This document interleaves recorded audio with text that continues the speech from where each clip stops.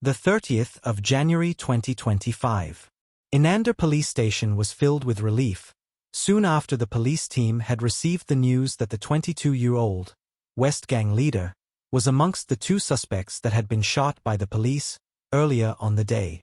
The news gave the policemen goosebumps. It was the news they had wanted to receive for months. The boy had given them many sleepless nights, even the top dog. In the months that had passed alone, he had killed over 10 police officers. He was just a young boy, but the young and the old were afraid of him. He was ruthless. Rapidly, he had grown from a young, soft boy to a ruthless gang leader who gave even the most respected cops in SA a difficult time.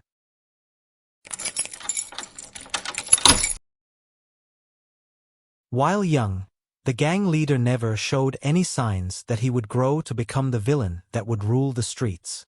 He was a soft, loving child.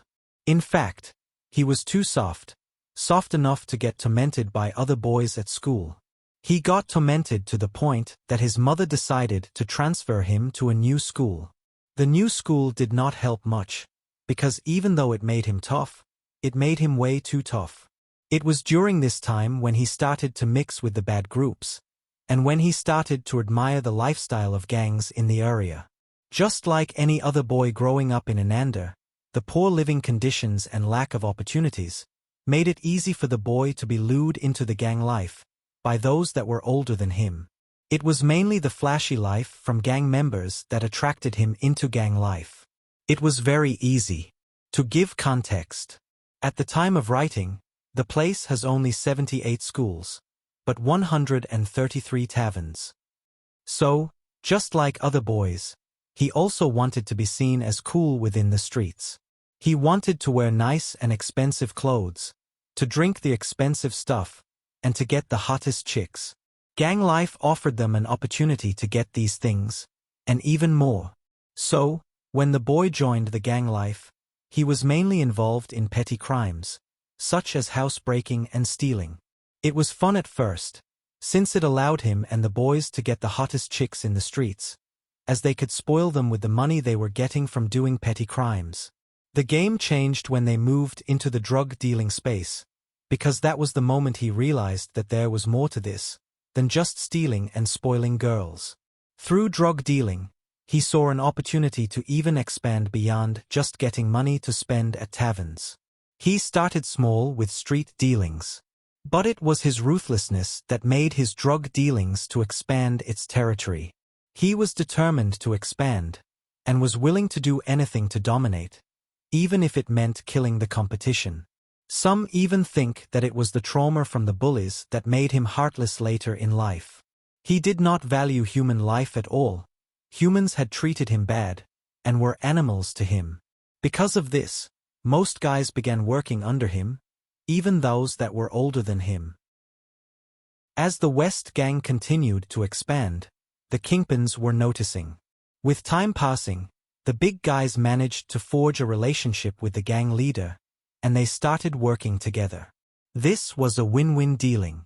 The gang leader would get drugs from the big guys in bulk, at a good price, and would distribute the drugs in the INK area. This backing from the kingpins made the boy even more powerful. As his gang continued to grow, the gang leader became less involved in the petty stuff, and more involved in drug dealings. It was the lower-ranked gang members, who operated at the street level full-time, that continued with doing petty stuff. They haunted residents of INK with assaults, robberies, extortions, and even murder. The gang had gotten out of control and ruled the streets. The growth of the gang made it impossible for the leader to keep the gang under the police radar, especially with lower-ranked gang members who could not be controlled effectively and were doing anything with little effort to hide the footprints. The authorities did not rush, as they gathered all the info they needed and established links between the individuals. They watched as the West Gang grew, waiting for an opportunity to strike and to put an end to everything. So, one day, after immense planning, the police approached one of the gang bases, with the intention of catching the gang leader. As they arrived at the base, the gang members opened fire with no hesitation. This initiated a shootout between the gang and the police. People immediately ran for their lives. Everyone was terrified, except for the gang members who were shooting back at the police. Sadly, a police officer was shot during the shootout, while the gang leader and some gang members managed to escape. Following this shootout, the gang leader and his fellow gang members went on a run. While on the run, they continued their drug operations.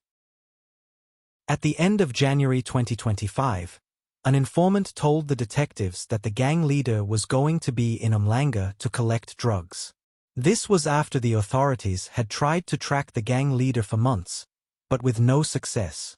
Although the detectives had received a lot of dead leads before, they still had to act. They could not afford to let any chance of catching the notorious leader slip away. They had attempted to track the gang several times, with some incidences leading to shootouts between the gang leader and the police, with the gang leader escaping in all of the previous incidences. He had not only managed to escape, but did so while shooting and killing police officers. He had killed officers at all levels, from neighborhood watch patrollers to actual police officers. He had to be stopped.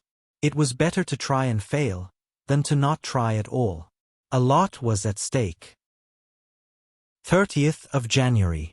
Before patrolling the streets that connected Inanda to Mnqobi, the police team gathered and strategized first. They made sure to give themselves a chance of catching the notorious gang leader. They knew the leader would be in Mnqobi to collect a drug package, and will return to the INK area soon after. They were aware of the types of vehicles the gang was traveling in. So, as the police patrolled the streets, they were on a lookout. Eyes widened when they saw the gang leader's car. The gang had swapped vehicles at the Mnqobi residence, as an attempt to make it difficult for the police to trace them. But the police were vigilant. They still managed to identify the gang leader's car as he drove back. They followed the car while keeping their distance, so as not to be seen. The police did not want to initiate a chase. They knew a chase was going to result in too much collateral damage, and did not guarantee that they will finally catch the gang leader. So they followed, until the gang stopped along Vincent Dickenden Road, in Cottonlands. This was it. That was the moment. The police began approaching the vehicle. As the police approached the car, the suspects opened fire towards the police, and a shootout began.